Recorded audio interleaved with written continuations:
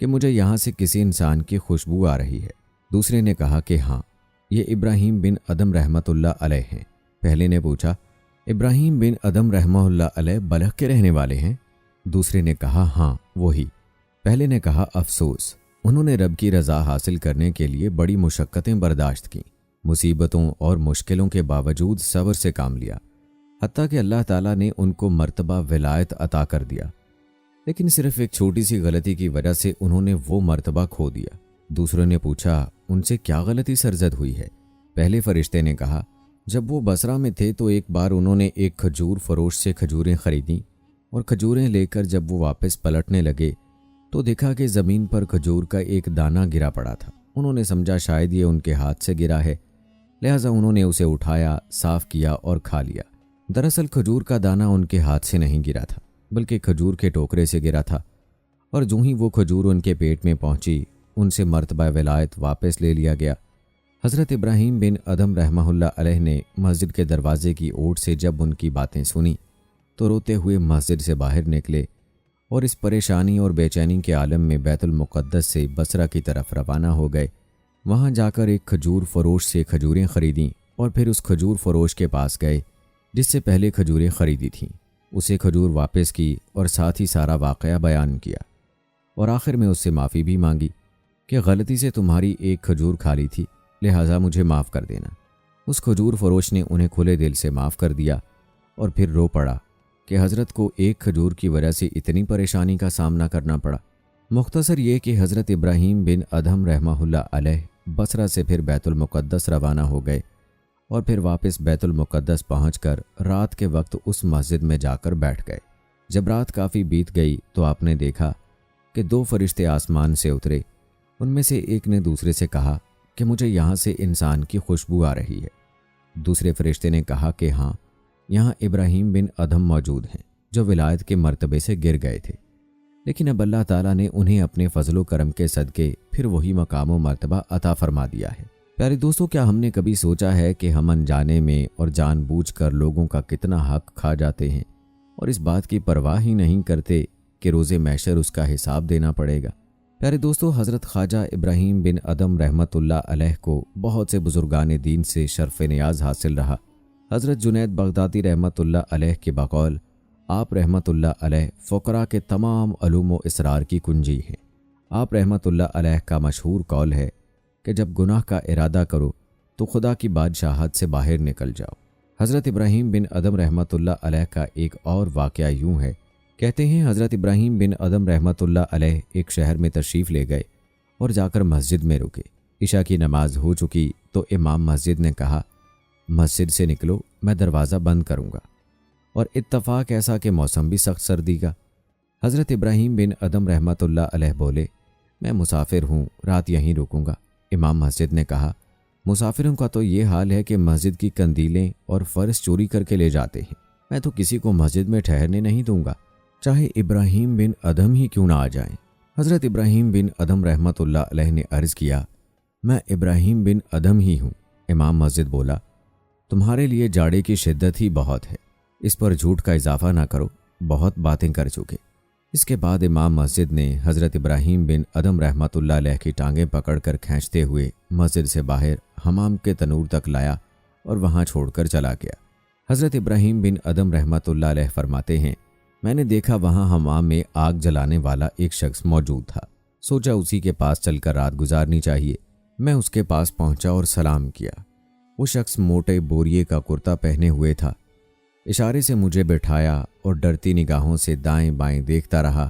جب اپنے کام سے فارغ ہو کر کہا، وعلیکم السلام ورحمۃ اللہ وبرکاتہ، حضرت ابراہیم بن ادم رحمۃ اللہ علیہ نے فرمایا، میں نے سلام کب کیا تھا اور جواب اب دے رہے ہو؟ ملازم حمام بولا، میں کسی کا نوکر ہوں، مجھے خوف ہوا ہے کہ تمہارے جواب میں مشغول ہو کر میں خیانت کا مرتکب نہ ہو جاؤں۔ حضرت ابراہیم بن ادم رحمۃ اللہ علیہ نے پوچھا، دائیں بائیں کیوں دیکھ رہے تھے؟ ملازم حمام بولا، موت سے ڈرتا ہوں، معلوم نہیں ادھر سے آ جائے یا ادھر سے۔ حضرت ابراہیم بن ادم رحمۃ اللہ علیہ نے دوبارہ سوال کیا، روزانہ کتنی مزدوری کر لیتے ہو؟ ملازم حمام بولا، 1 درہم اور 1 دانگ کی۔ حضرت ابراہیم بن ادم رحمۃ اللہ علیہ نے پھر سے سوال کیا، یہ پیسے کیا کرتے ہو؟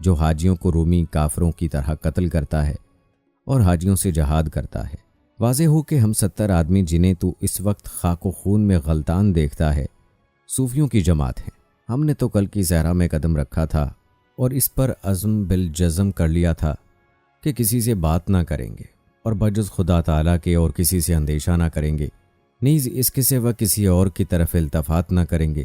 لیکن جب ہم حرم میں پہنچے تو خضر علیہ السلام نے ہم سے ملاقات کی، ہم نے سلام کیا اور انہوں نے بڑی خندہ پیشانی سے ہمارے سلام کا جواب دیا، جس پر ہم بہت خوش ہوئے اور سب نے مل کر کہا الحمدللہ، ہماری محنتیں ٹھکانے لگیں اور ہماری کوششیں مشکور ٹھہریں۔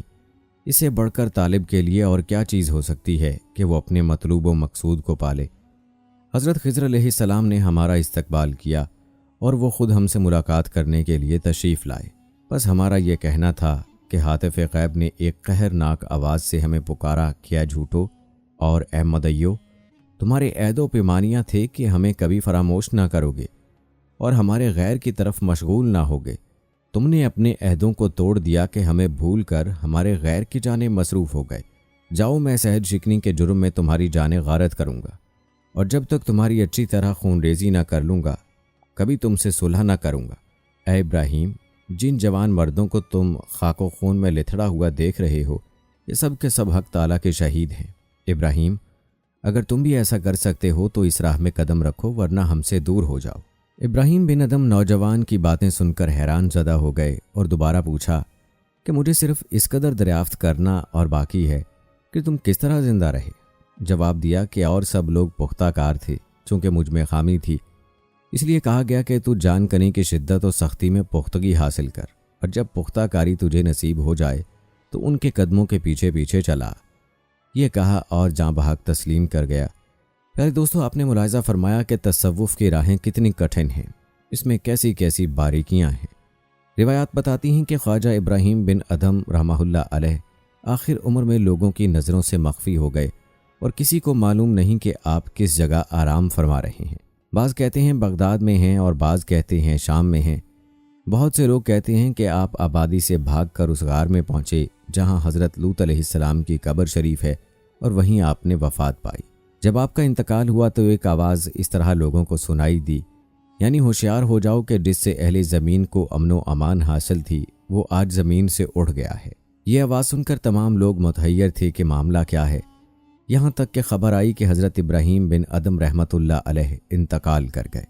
پیارے دوستو، حضرت ابراہیم بن ادھم رحمۃ اللہ علیہ کی بادشاہت چھوڑنے اور اللہ کے جانب رجوع کرنے کے حوالے سے ایک واقعہ یوں بھی نقل کیا جاتا ہے کہ ایک رات بادشاہ یعنی ابراہیم بن ادھم رحمۃ اللہ علیہ اپنے شاہی محل میں سوئے ہوئے تھے کہ چھت پر کسی کے دوڑنے کی آواز آئی۔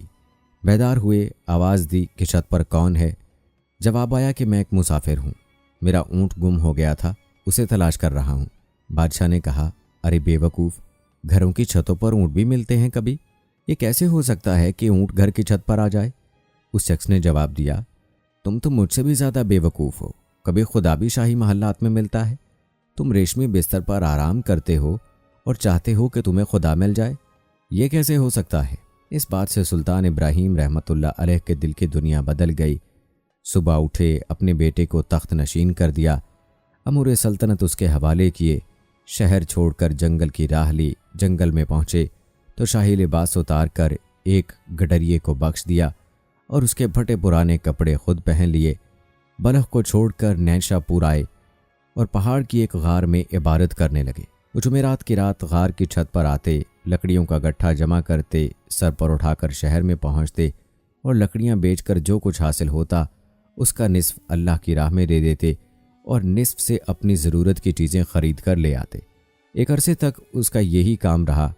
وہ غیبی اشارے سے مکہ معظمہ پہنچے اور خواجہ فضیل بن ایاز رحمۃ اللہ علیہ کی خدمت میں حاضر ہو کر مرید ہو گئے اور ظاہری و باطنی کمالات حاصل کیے۔ کہتے ہیں جن دنوں سلطان ابراہیم رحمۃ اللہ علیہ لکڑیوں کو گٹھا اٹھائے بازار میں آیا کرتے تھے تو بلخ کا ایک امیر آدمی بھی وہیں ہی تھا۔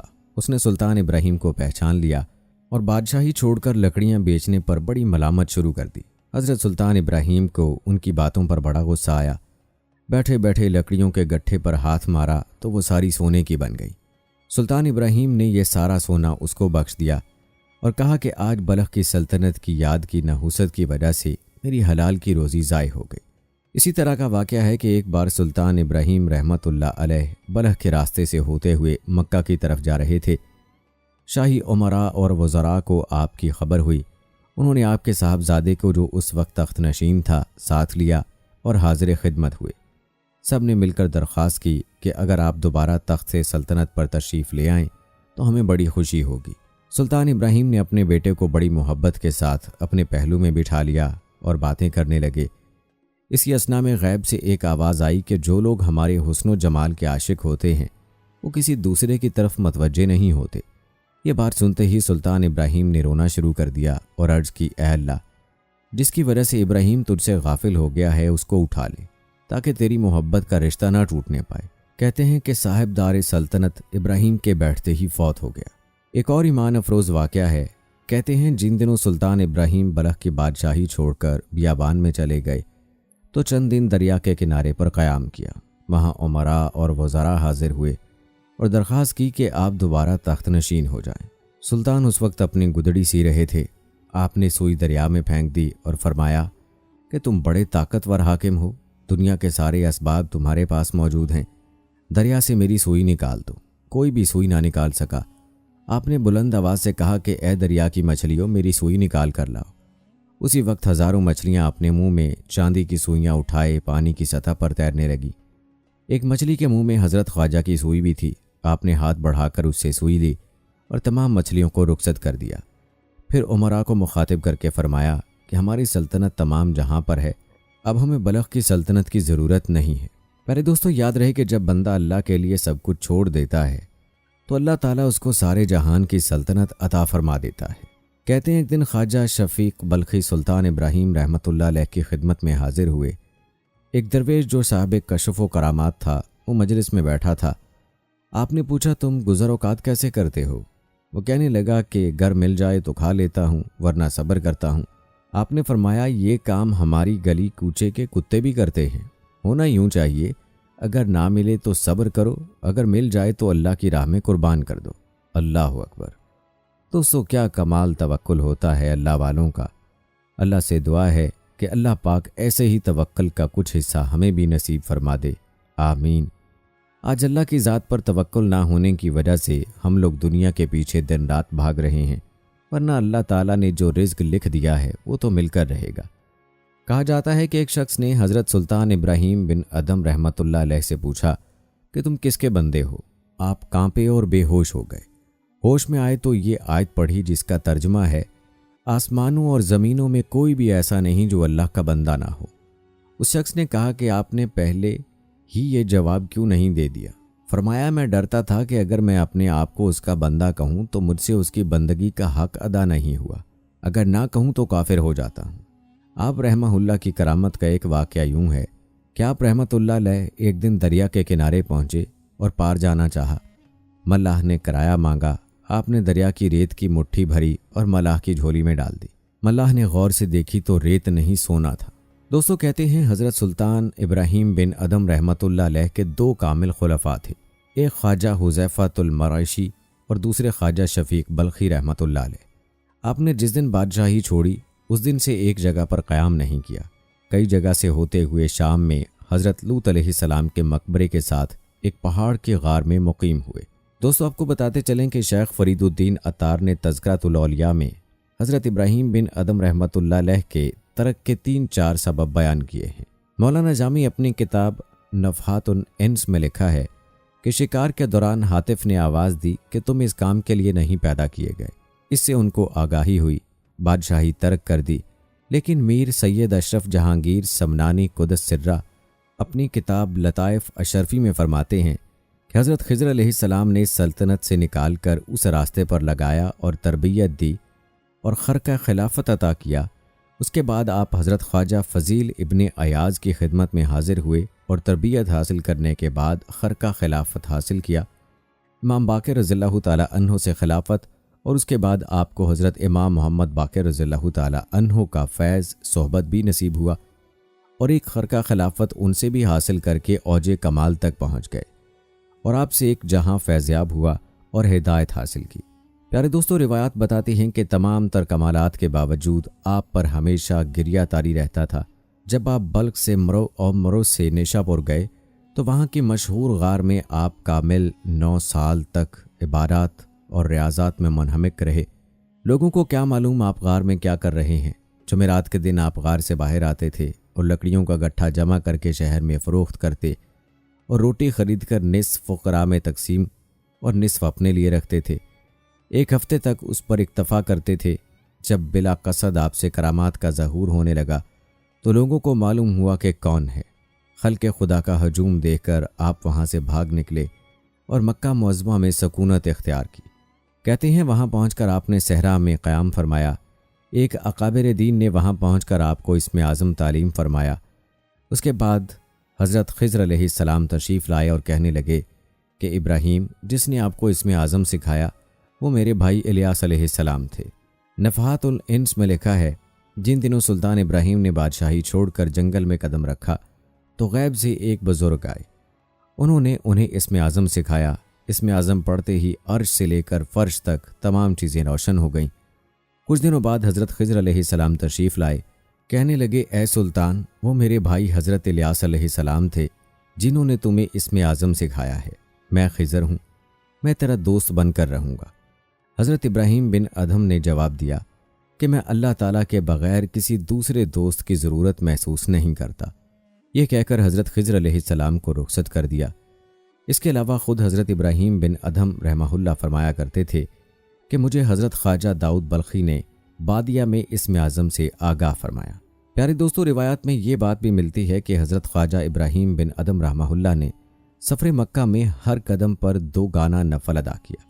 ہر صحرا طے کرتے ہوئے 14 برس کے بعد مکہ معظمہ پہنچے۔ یہ دیکھ کر تمام مشائخ مکہ آپ کے استقبال کے لیے باہر آئے اور عزت و تکریم سے پیش آئے۔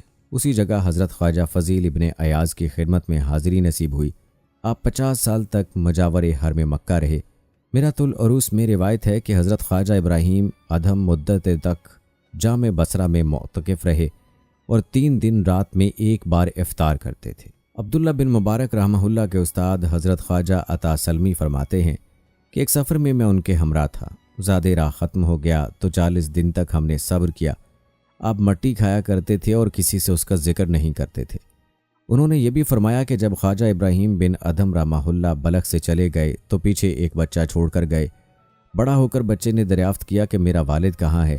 اس کی ماں نے سارا حال بیان کیا اور کہا کہ اس وقت وہ مکہ میں ہیں۔ والد کی زیارت کے لیے وہ مکہ پہنچے۔ جب حضرت خواجہ ابراہیم ادھم رحمہ اللہ نے اپنے بیٹے کو دیکھا تو شفقت پدری جوش میں آئی اور اسے پاس بیٹھا کر پوچھا کہ کس دین پر ہو۔ اس نے جواب دیا کہ اسی دین مصطفی صلی اللہ علیہ وآلہ وسلم پر ہوں۔ فرمایا الحمدللہ، اور بچے کے ساتھ بہت لطف و کرم سے پیش آئے۔ غیب سے آواز آئی کہ میری دوستی کا وعدہ کرتے ہو لیکن دل بیٹے کے ساتھ لگاتے ہو۔ آپ نے فوراً مناجات کی کہ الہی میرے اور تیرے درمیان جو چیز حائل ہے اسے دور کر دے۔ یہ کہنا تھا کہ بچہ جاں بحق ہو گیا۔